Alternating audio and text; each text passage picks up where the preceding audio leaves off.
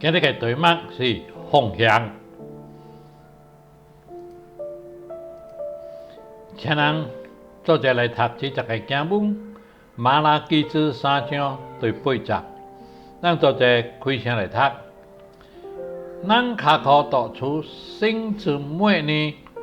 你們竟讀出我的經文，你們卻說，我們到何時將讀出你的經文呢？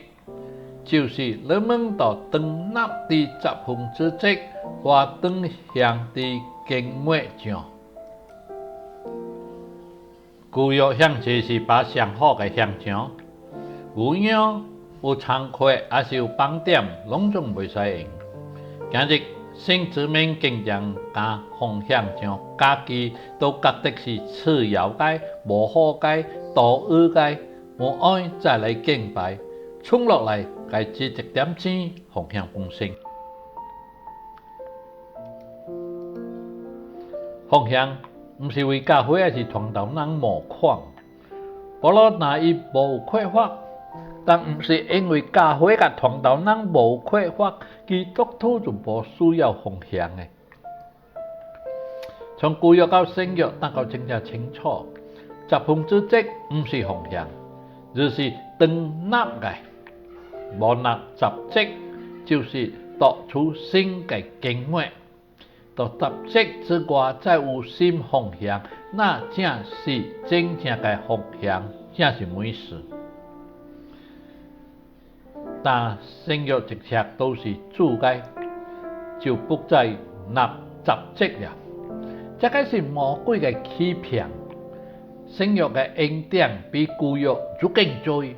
舊約登立集職，新約較不經登立咩？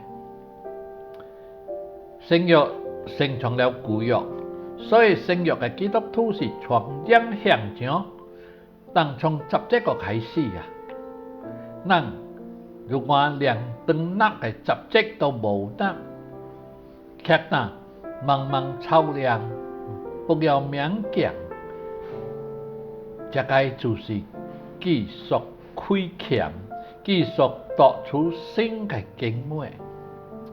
茫茫整個到集職是縱容咱家己去犯罪，莫再拖延了。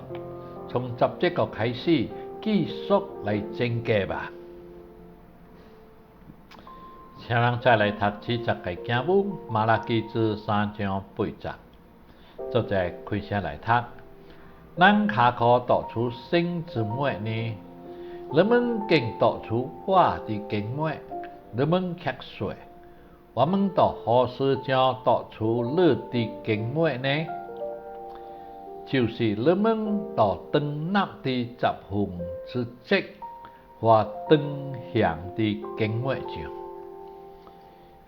請人再來默想這段經文，然後咱就祈禱。